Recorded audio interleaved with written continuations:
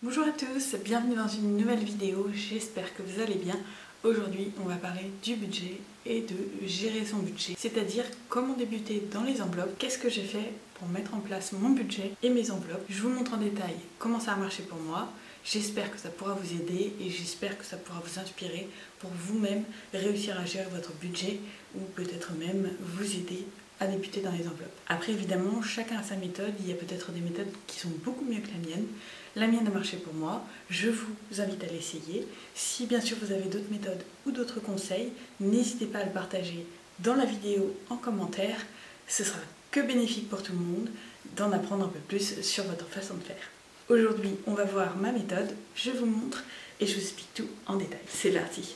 Donc, pour commencer dans les enveloppes budgétaires, il va falloir d'abord vérifier son budget. Qu'est-ce qui s'y passe? Qu'est-ce qu'on dépense? Pourquoi on dépense ça? Et ensuite le catégoriser. Donc, ce sera la partie la moins drôle et peut-être même la plus chiante. Mais moi, ce que j'ai fait, c'est que je me suis mis sur 3 mois à éplucher tous mes comptes en banque. Tout, en détail. Les moindres montants. J'ai tout notifié et j'ai tout vérifié. Et j'ai catégorisé. C'est-à-dire que selon les dépenses, je mettais dans une catégorie. Si je dépensais de quoi m'alimenter, donc de la nourriture, c'était catégorie courses. Si j'allais au restaurant, catégorie restaurant. Si j'allais au cinéma, ce qui est considéré comme un loisir pour moi en tout cas, et ben, je le mettais dans la catégorie loisirs. Et si je dépensais pour acheter des vêtements ou autre chose, et ben soit tu te fais une catégorie vêtements si tu dépenses beaucoup, soit tu le mets dans les loisirs par exemple. C'est à toi de voir. Mais du coup tu vas devoir vérifier tes comptes en banque. Ce que j'ai commencé à faire, c'est que j'ai pris donc, le mois d'avant, j'ai tout épluché, et ensuite les 2 mois d'après, j'ai tout épluché au fur et à mesure.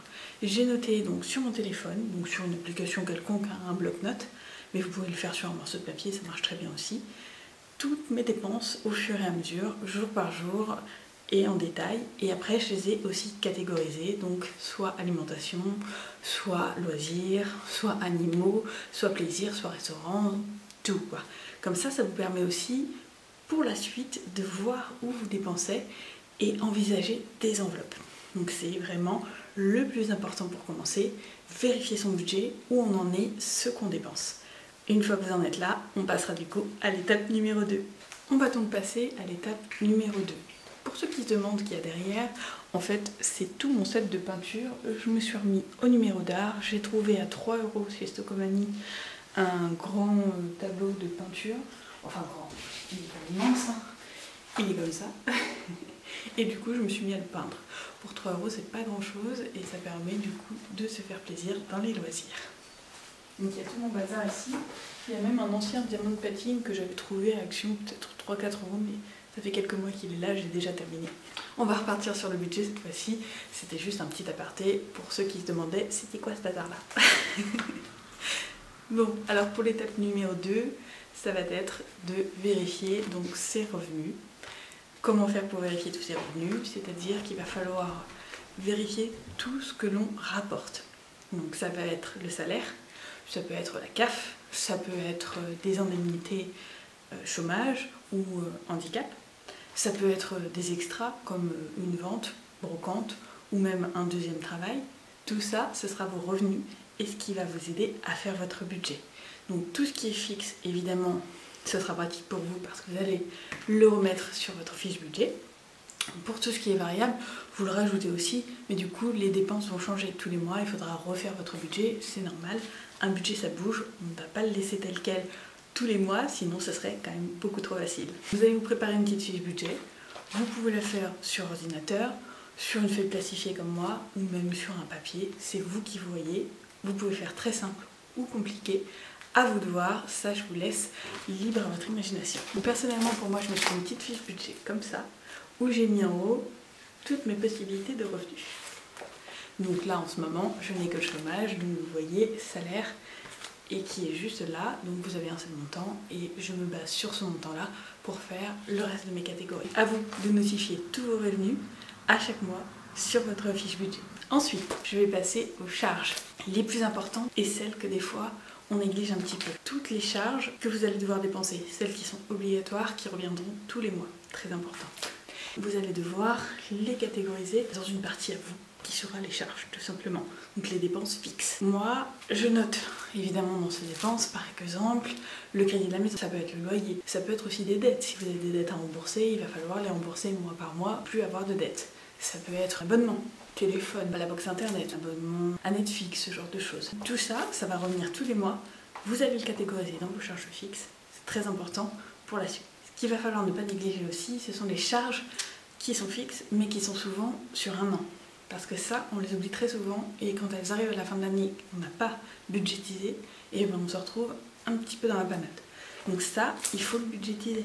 Pensez-y. Alors vous avez le choix, soit vous préparez une enveloppe épargne, soit vous le budgétisez dans le mois, et vous savez que ce sera des charges fixes tous les mois. Et à la fin donc de l'année, au moment où vous devez payer, vous aurez la somme et vous serez tranquille. Par exemple, je vais vous dire un truc bête. Pour moi, la taxe d'habitation, c'est tant par mois. Moi, j'ai mis dans l'épargne, c'est un choix, mais c'est vous qui voyez. Je pense que quand je pourrais la faire mois par mois, ce sera plus facile. Mais là, je considère que j'épargne sur le court terme pour pouvoir, à la fin de l'année, donner l'argent. Donc, je sais que c'est 40 € par mois. Je mets 40 € par mois. Vérifiez toutes vos charges fixes. Lissez vos dépenses annuelles sur l'année. Et ensuite, une fois que vous avez fait ça, vous aurez un montant que vous allez soustraire au montant de base de vos revenus. Il vous restera une somme. Et cette somme-là, vous allez la partager entre vos enveloppes, donc pour les dépenses variables, et vos enveloppes épargne. Donc les enveloppes épargne, ça peut être des enveloppes épargne vraiment réalistes, avec un classeur comme moi j'ai ici. Donc celle-ci, j'ai un petit classeur avec toutes mes enveloppes épargne. Et la possibilité aussi de le faire sur un compte en banque, ce que je fais aussi. Moi je fais les deux pour l'épargne, c'est-à-dire qu'en fin de mois, je le mets dans mon enveloppe épargne. Au bout d'un moment, et bien tout simplement, je vais transférer cet argent sur mon compte en banque pour ne pas avoir trop d'argent à la maison. Et ce que je fais aussi principalement, comme je vous disais, je partage en début de mois épargne et enveloppe variable. Très important de se payer avant. Si vous avez la possibilité même que de mettre 100 € en début de mois, mettez-les.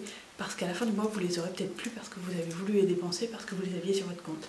Alors si vous les mettez tout de suite, et bien vous êtes sûr qu'à la fin du mois, les 100 € sont dans vos enveloppes ou sur votre compte en banque et vous n'y aurez pas touché parce que vous ne les avez pas vus.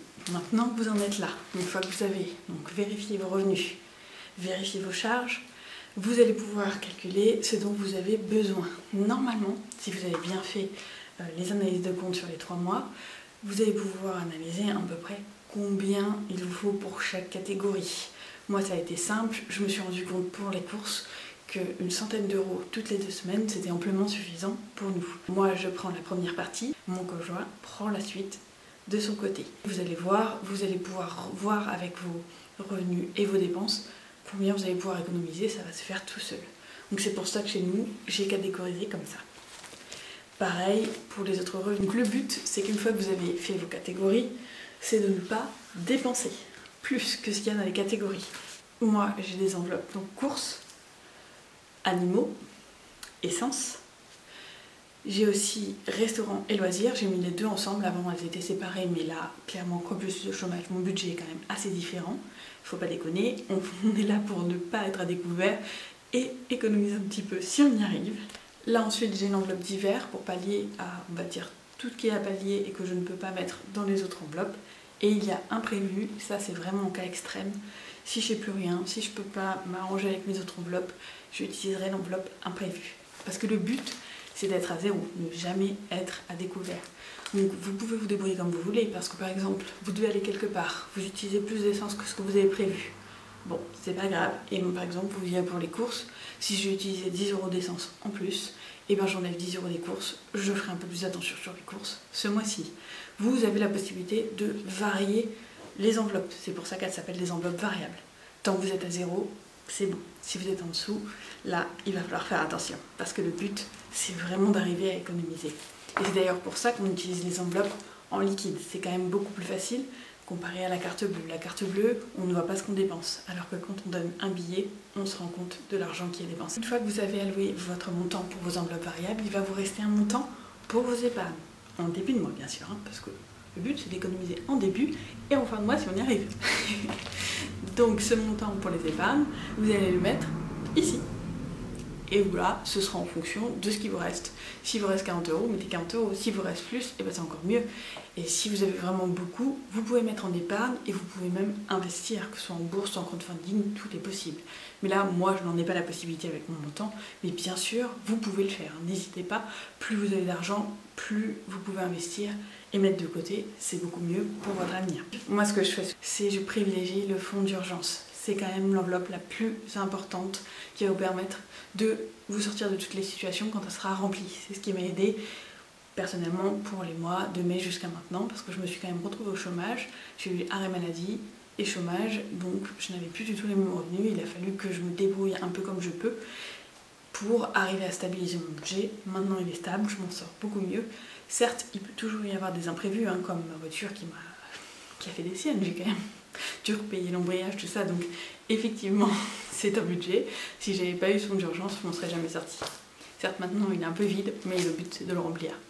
Donc ce que je vous conseille, c'est d'avoir 3 fois votre salaire sur le fonds d'urgence.